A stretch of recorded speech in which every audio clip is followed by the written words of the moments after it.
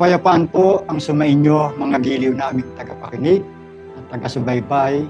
Maraming salamat po sa Panginoon sapagkat muli binigay sa atin ang pagkakataong ito upang muli tayong magkasama-sama na makapag-aral ng kanyang mga salita. Ito po ang ipinaglilingkod sa atin sa programang ito na ang Kabanal-Banalan.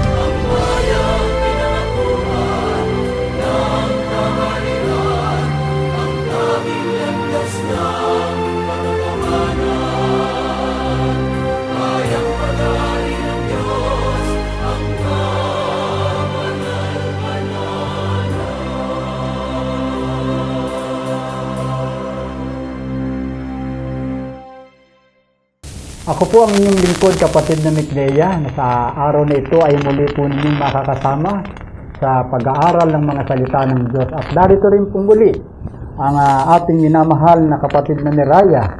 Kapayapaan po, kapatid na Neraya. Kapayapaan din pong sumainyo, kapatid na Miclea, at kapayapaan po sa lahat ng aming mga minamahal na tagapakinig at taga-subaybay ng programang ito na ang Kabanal-Banalan. Isang mahalagang paksa po ang muli ay inihanda ng Kabanal-Banalan upang siya nating pag-aralan sa pagkakataong ito. At tiyak ko po, ang paksang ito ay napakahalaga at napakakailangan sa isang tao, lalo na kung siya po ay naliligaw, kung siya po ay nalalayo sa piling ng Panginoon. Ang pamagat po ng ating aralin, magbalik loob ka sa Diyos. Alam niyo po, maraming tao na nag-aakala na siya naman ay hindi nalalayo sa Panginoon. Siya naman ay gumagawa ng mabuti, pero hindi niya alam sa likod ng mga bagay na yun, meron siyang mga nagagawang mga bagay na naglalayo sa kanya sa Panginoon. At meron din po ng tao na alam niya na siya malayo na sa Diyos. Aminado siya na yung kanyang ginagawang pagkakasala ay paraan upang siya malayo sa Diyos. Pero ang problema po, paano siya babalik o paano ang pagbabalik loob sa Panginoon? Yun po ang gusto niyang malaman, yung paraan ng pagbabalik loob sa Panginoon. At yan po ang nais na sagutin ng pag-aaral na ito na ngayon po ay ating tatalakayin. Kapatid na Neraya, para po ganap nating mapasimula ng paksang ito, tayo po ay magpasimula sa pamamagitan ng ganitong pangbungad na katanungan. Ano po ang naging kalagayan ng tao at ng Diyos dahil sa kasamaan at kasalanan ng mga tao? Ang sagot ko ay ating mababasa sa Biblia.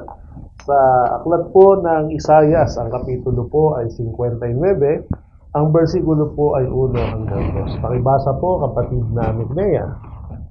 Narito ang kamay ng Panginoon ay hindi umiksi, na di makapagligtas, ni hindi man mahina ang kanyang pakinig na di makarinig, kundi pinapaghiwalay ng inyong mga kasamaan, kayo at ang inyong Diyos, at ang inyong mga kasalanan ay siyang nagpakubli ng kanyang mukha sa inyo upang siya'y huwag makinig.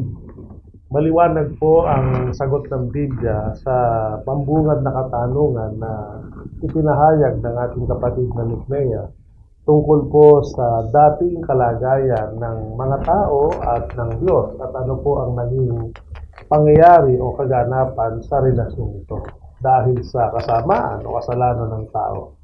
Gaya po ng ating narinig, nang ang tao po ay matutong gumawa ng mga kasamaan at matuto ang taong magkasala, ang kasamaan at kasalanan ay naging dahilan para ang Diyos at ang mga taong dati ay maayos na nagsasama ay magkahiwalay. At ang pangyayari pong yan ay naganap Sa unang tinatawag na bayan ng Diyos, ayon kay Propeta Isaias, ito ang mga Israelita at ang Diyos. Dati ang bayang Israel ay bayan na nasa ilalim ng paumatnubay ng Panginoon. Bayan na kinakalinga ng Diyos. At para ipadama ng Diyos na si malapit sa mga Israelita at ang mga Israelita ay malapit sa Panginoon, naglagay pa nga ang Panginoon ng mga leader gaya ng mga propeta, si Moises, ng mga hukom, ng mga hari, na kinakasangkapan ng Panginoon para ang kanyang mga pagtuturo at kautusan ay makarating sa mga mamamayan ng Israel at sa pamamagitan po ng kanilang pagtalima o pagsunod sa mga utos ng Diyos ay paraan para makapanatili sila na nasa piling ng Panginoon. Pero sa halip na sundin at isakatuparan ng mga mamamayang Israel ang mga kautusan, ang mga palatuntunan ng Panginoon, ito'y kanilang nilaban. At dahil sa kanilang paglaban, sila po ay nagkasala at nauring ang paraan ng kanilang pamuhay. Namuhay sila sa halip na sa kabutihan ay sa kasamaan. At yun ang naging dahilan para ang mga Israelita, ang mga mamamayan nitong dati ay malapit sa Panginoon. Dahil sa kanilang kasamaan kasalanan, sila ay nalayo sa Diyos. At ang isang halimbawa po ng kautusan na sana'y kanilang tinutupad, yung isa sa nakalagay sa 10 utos na huwag kang magkakaroon ng ibang Diyos sa harap ko. Huwag kang gagawa para sa iyo ng larawang inanyuan, huwag mo sasambahin o paglilingkuran ng mga iyon.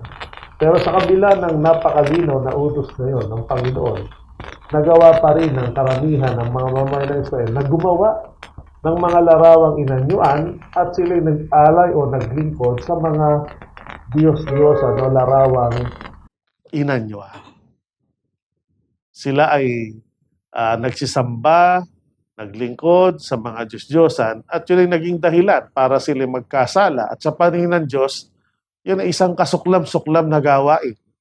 At yun ang dahilan para magkaroon ng paglalayo ang mga tao at ang Diyos. Kumbaga, ang tao po ang gumawa ng hakbang papalayo sa Panginoon sa pamamagitan ng kasamaan o kasalanan. Kaya dati, nung hindi pa sila gumagawa ng masama o kasalanan, napakalapit nila sa Panginoon. Pag sila ay nananalangin, pag sila ay humihiling, dinirinig ng Diyos at ipinagkakalob ang kanilang kahilingan. Pero ang kasalanan po ay nagsilbing tabing o pader na siyang namagitan sa Diyos at sa tao para ang Diyos at ang tao ay magkalayo. Kaya hindi man maiksian niya ang kamay ng Diyos para magligtas, hindi man mahina ang kanyang pakinig para dingin ang panalangin, pero dahil sa kanilang kasamaan at kasalanan, yun ang naging dahilan para magpakubli ng mukha ng Panginoon at magmakinig sa kanilang mga pamanhik. So yan po ang isang malungkot na pangyayaring naganap sa mga mamamayan ng Israel sa piling ng Diyos. Mula sa dating magkakasama, mula dating namumuhay na malapit sa Diyos, sila ay nalayo dahil sa kanilang kasamaan, dahil sa kanilang kasalanan. At yan din po ang nangyayari sa ating panahon. Na ang mga taong dati ay malalapit sa Diyos, dating merong sabi nga intimate relationship sa Panginoon, meron silang close communication and relationship sa Diyos, nasira at nawala dahil pa rin sa may mga kautusan na dapat ay tinutupad ng tao sa ating panahon, sa halip na to pa rin nilalaban nila at dahil doon sila nagkakasala at ang tao ay unti-unting nanalayo sa Panginoon. Tulad po ng utos na sa Panginoon mong Diyos, sasamba ka, siya lamang yung paglilingkuran, sinabi ng Panginoon yan. Pero meron mga tao na sa halip na sa Diyos sumamba't maglingkod dahil sa pag-ibig sa salapi, ay puro na lang salapi ang kanilang iniisip, nandun na yung kanilang panahon, nandun na kanilang kalooban, at yun ang kanilang pangunay. Nawala na ng panahon ang tao para sa Panginoon.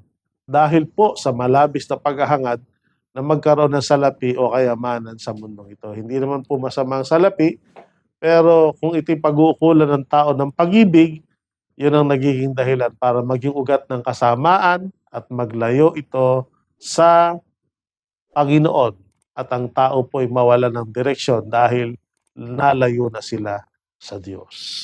So yan po mga giliw namin tagapakinig, ang naging kalagayan ng tao at ng Diyos dahil sa paglabag at paggawa ng kasalanan.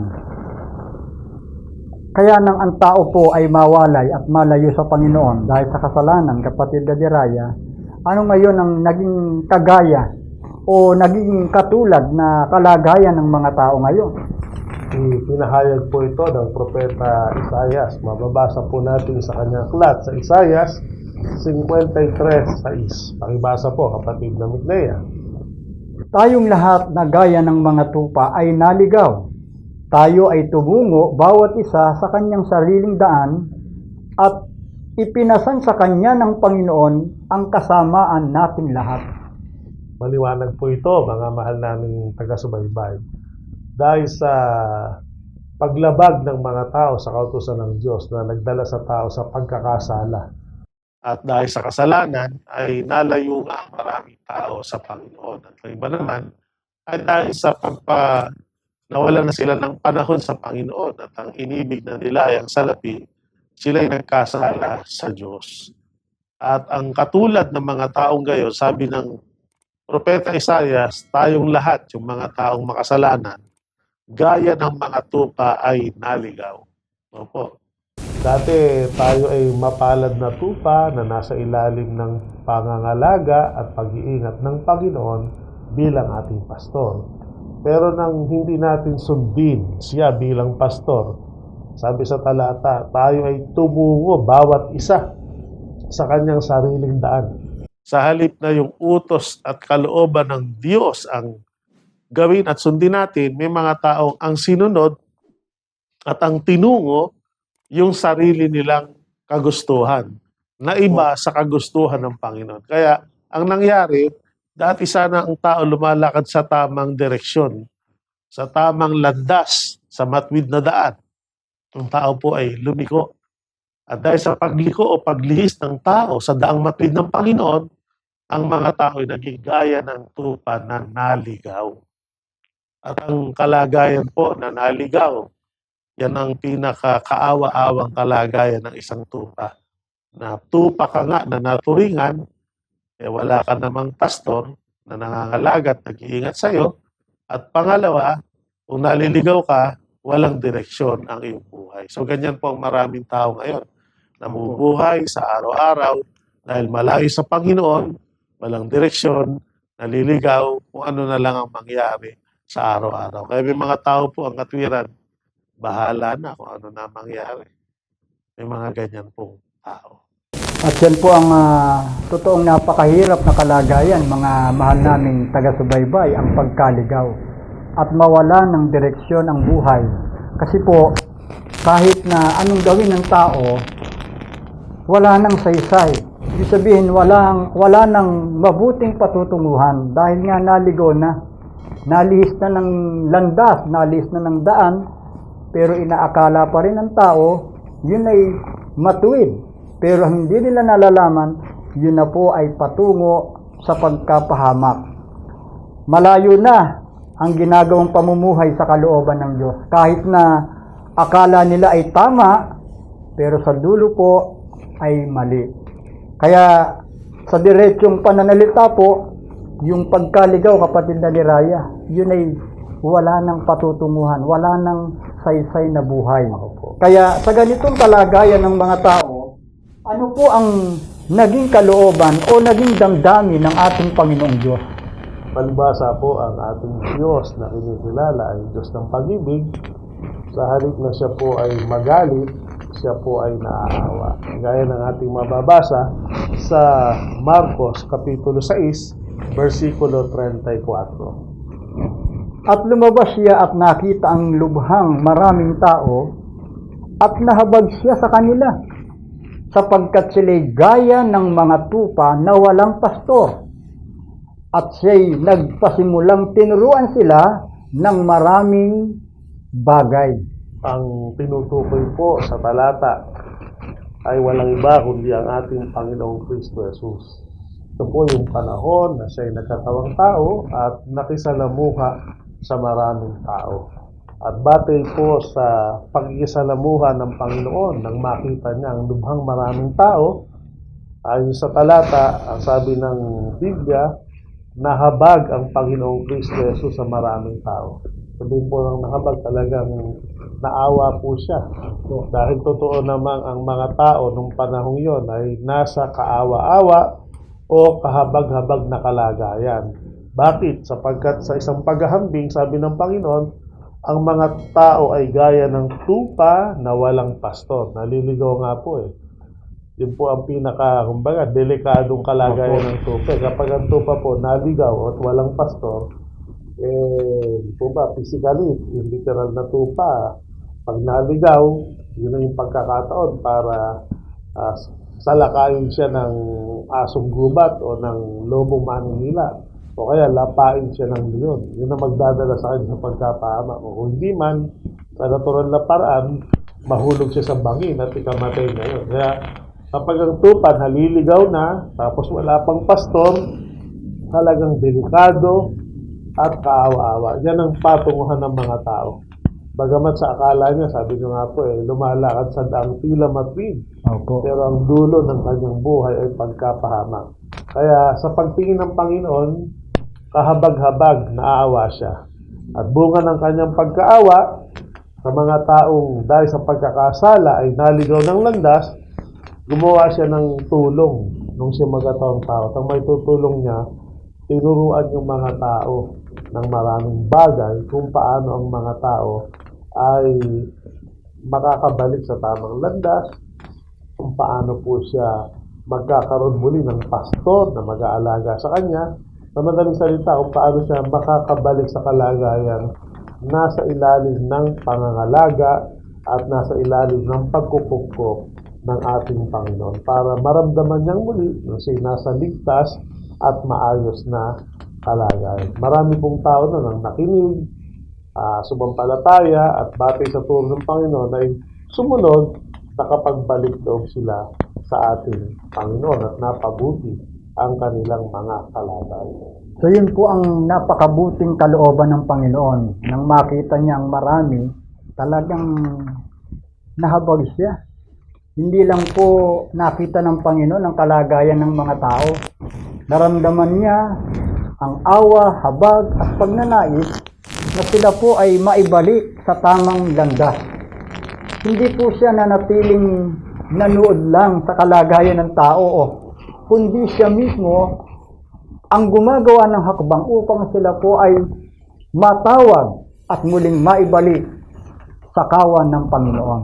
Kaya kapatid na ni Raya, ano kaya ang paraan upang mabago ang kaawa-awang kalagayang ito ng mga tao at ano po ang paanyaya ng pagmamahal ng Diyos sa mga tao?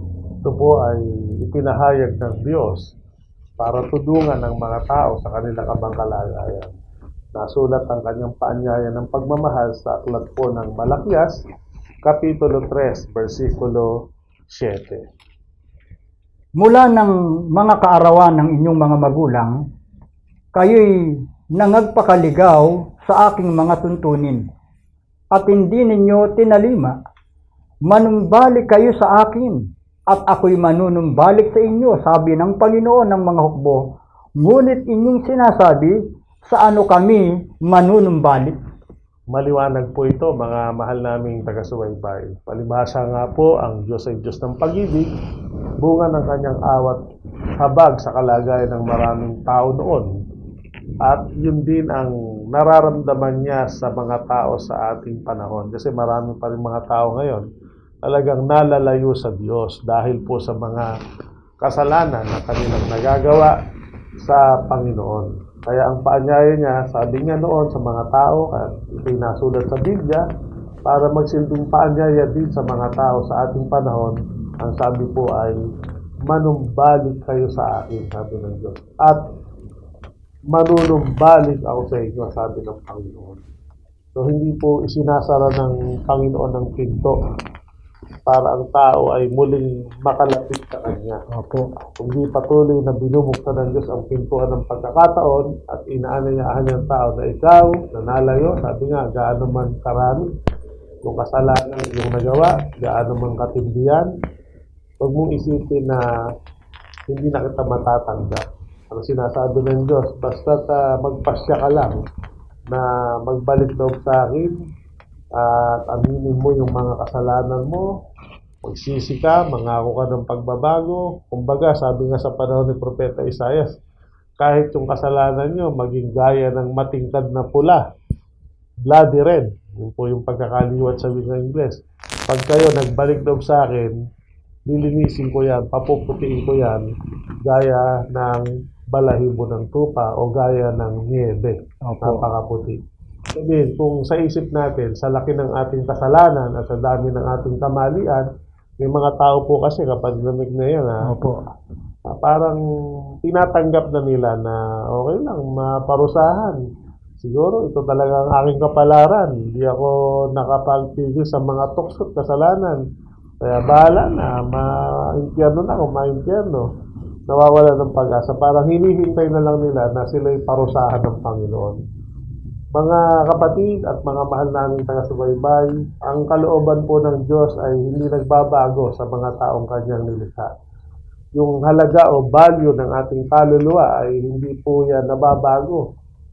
Kahit na nung tayo ay panahong malinis at nung panahong tayo narumihan, ganun pa rin. Ang gusto lang ng Diyos, alisin yung dumi na nagpaparumi ng ating kaluluwa, yun nga po ang kasalanan. At ang paraan, nag-aanyaya po siya.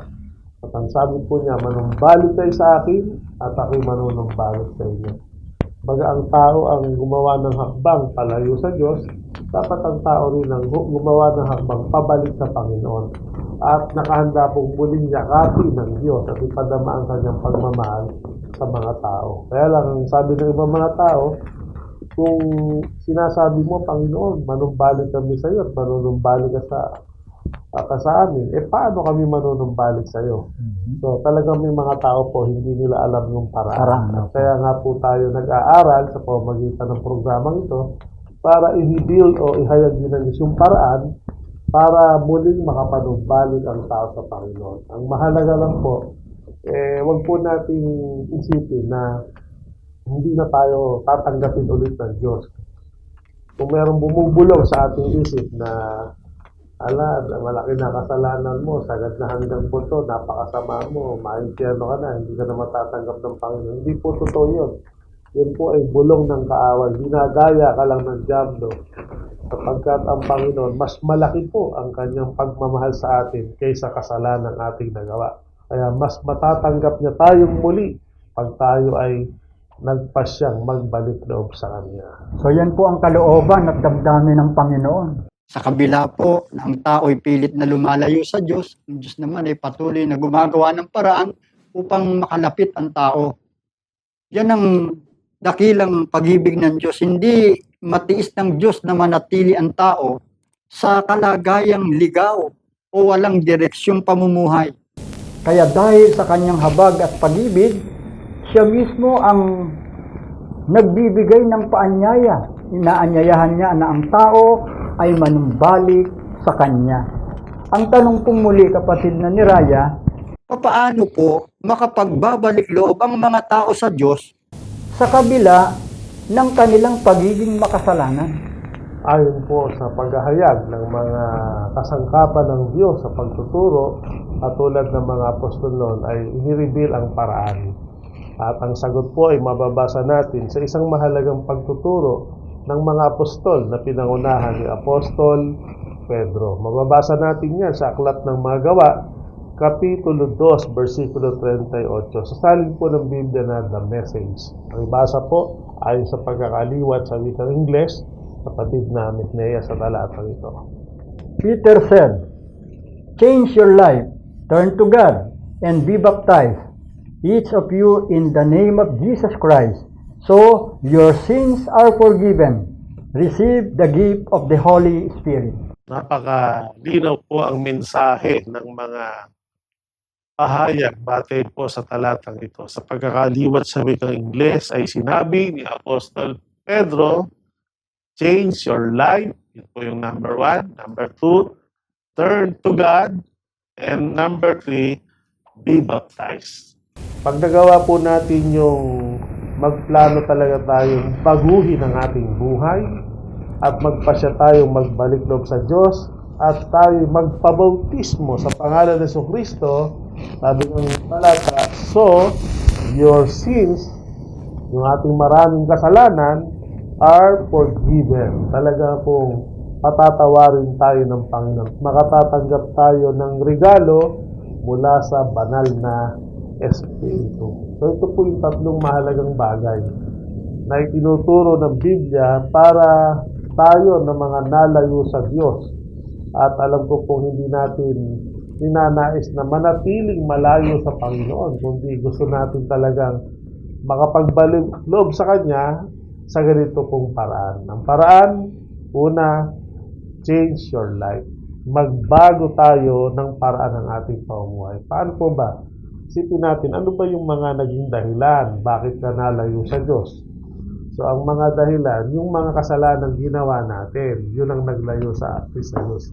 So, kung yun ay babaguhin na natin, papalitan natin ng kabutihan, yung kasamaan. Papalitan natin ng gawang kabanalan, yung kasalanan. Yun ang first step para makapagbalik loob tayo sa Diyos. At ang second step, sabi dito, turn to God. Magbalik loob ka sa Diyos. Paano mo magagawa ito? Yung pagbabalik loob sa Diyos, ito yung dapat maging pasya mo. Kasi kumbaga, paano ka magbabago kung wala ka namang hangaring magbago, di ba? Paano ka makapagbabalik loob sa Diyos? Wala ka naman palang plano o kapasyahang magbalik loob sa Diyos. So, piliin mo yung tamang desisyon. Ang tamang pasya, sa halip na lumayo ka ng lumayo sa Panginoon, simulan mo na yung mga hakbang at pagpapasya na makapagbalik loob sa Panginoon. At kung ang dahilan mo kaya hindi ka makabalik, meron kasing pader na humahadlang, kailangan gibain yon. At ang paraan para magiba, kailangan yon ay kung sa dumi, kailangan malinis, kung sa utang, mapatawad. At ang paraan, sa pamamagitan ng bautismo, hindi linis, pinapatawad at tinitibag, kumbaga sa pader, yung pader ng kasalanan. Sa ngayon, yung barrier na yun na umahadlang sa'yo para makapagbalik loob ka sa Panginoon, mawawala na.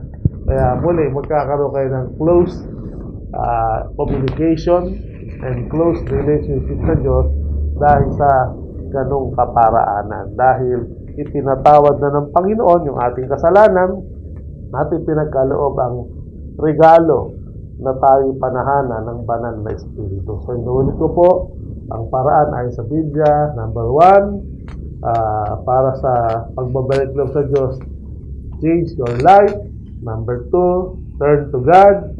Number 3, be baptized in the name of Jesus Christ. Mabautismo tayo sa pangalan ng Panginoong Kristo. So, ibibigay sa atin ang forgiveness o pagpapatawad ng Panginoon at ang banal na Espiritu ay mananahanan sa atin at tutulong sa atin para sa isang buhay na malapit sa Diyos, sa buhay na punong-puno ng kabutihan at kabanalan. Kaya hindi po imposible, mga giliw naming tagapakinig, ang magbalik loob sa ating Diyos. May malino na hakbang ang Diyos para po tayo o ang tao ay tunay na makapagsisi, makapagbago at makapagbalik loob mula sa pagkaligaw, bunga ng kasalanan. Opo, mga minamahal naming mga taga-subaybay, kapag sinunod ng tao ang pagtuturong ito, tiyak po na mangyayari ang sinasabi po ng ating paksa na magbalik loob ka sa Diyos. Ito po nawa ang muli ay aming idinadalangin na basbasan at pagpalain sa inyong mga puso mula po ngayon at magpakailanman. Amen. Amen.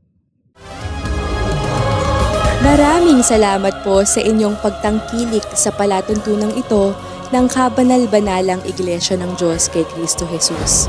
Kung nais po ninyong mapanood ang iba pa naming programa at upang lubos po ninyong makilala ang Kabanal-Banalang Iglesia ng Diyos kay Kristo Jesus, mag-subscribe sa ating YouTube channel na The Most Holy Church, bisitahin ang aming Facebook page na MHC Media.